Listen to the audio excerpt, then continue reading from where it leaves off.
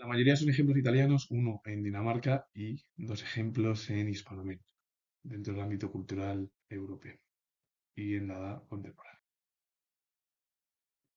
Umberto Saba fue poeta italiano, junto a Eugenio Montale, Salvatore Quasimodo y Giuseppe Ungaretti, fue miembro de la generación de poetas italianos más prestigiosos del siglo XX, además de amigo también de Italo Svevo.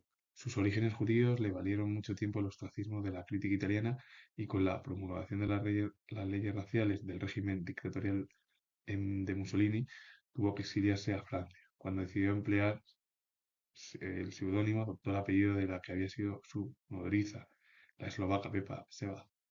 Su obra poética sobresalió por su gran coherencia y organicidad, lo que ha facilitado la integración de sus poemarios en su gran obra Cancionero de 1945.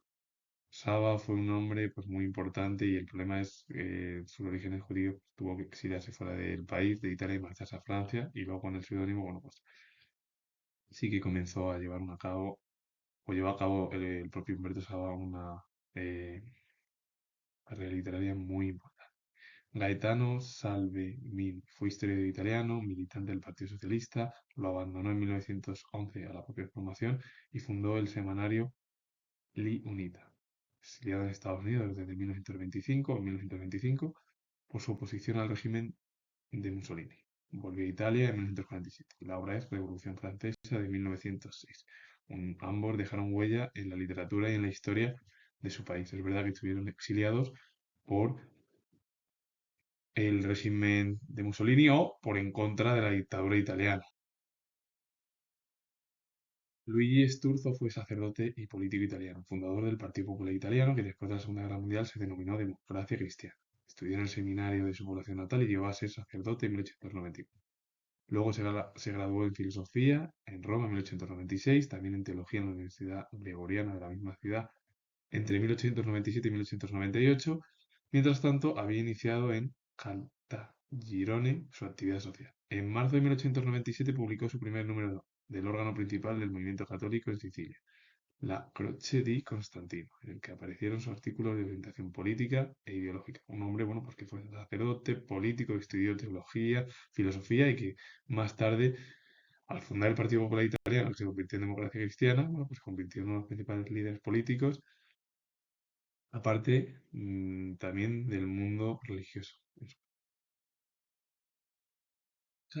Moon fue dramaturgo danés. Quedó huérfano a los 5 años. Se crió en un ambiente profundamente religioso, estudió teología en Copenhague, en la capital, y fue nombrado pastor de la parroquia de Verdes, en la costa de Jutlandia Occidental. Y una de las obras es Con el sol y una gran alegría, que son escritos juveniles que hizo el propio dramaturgo danés. Mario Tobino fue escritor italiano, aunque su profesión fue psiquiatra. Dirigió en Luca un hospital psiquiátrico, fue autor de obras de testimonio sobre la guerra de África y la resistencia del régimen de Mussolini. Además, también escribió relatos. Y una de las obras, Las mujeres libres de Magliano, de 1953, relató sobre su experiencia profesional en asilos psiquiátricos. Es un relato al final de esa obra dentro del ámbito de lo que tuvo su experiencia porque su profesión fue psiquiatra. Beppe Fenoglio fue escritor italiano. Su obra de orientación neorrealista y en parte autobiográfica se centró con gran virtuosismo en la lucha de la resistencia italiana. Y la obra es Primaria de Belleza de 1959. Ambos dejaron huella en el ámbito literario y también en el pensamiento psiquiátrico del país. En Hispanoamérica, Juan O. Gorman fue pintor mexicano, contemplado en muchos estudios como el último representante de la estirpe de los grandes muralistas mexicanos, que florecieron en la primera mitad del siglo XX. Pudieron rastrearse en su estilo las huellas del arte de Diego Rivera y algunos críticos lo consideran como el sucesor directo del propio pintor Diego Rivera. Tal vez fuese una apreciación exagerada, pues aunque fue posible indiscutiblemente encontrar su obra unas líneas referenciales, su pintura tuvo, sin embargo, unas características personalísimas, un lenguaje propio en el que supo conciliar la minuciosidad del detalle con la más simbólica fantasía, para constituir una obra vasta y monumental. Un hombre que fue de los últimos muralistas del país y de la zona hispanoamericana y que fue casi el heredero, según los críticos, de Diego Rivera, uno de los pintores más importantes también de todo el ámbito de América del Sur. Y la obra que se encuentra en la diapositiva es Los mitos paganos de 1947.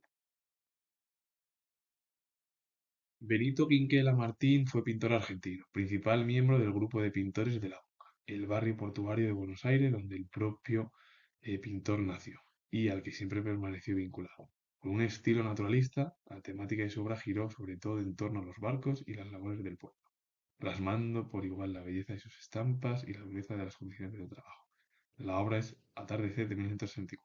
Un hombre, bueno, porque su eh, ámbito artístico fue los barcos, los puertos donde él vivió, con una belleza en las estampas, aparte también de las condiciones de trabajo que vivían.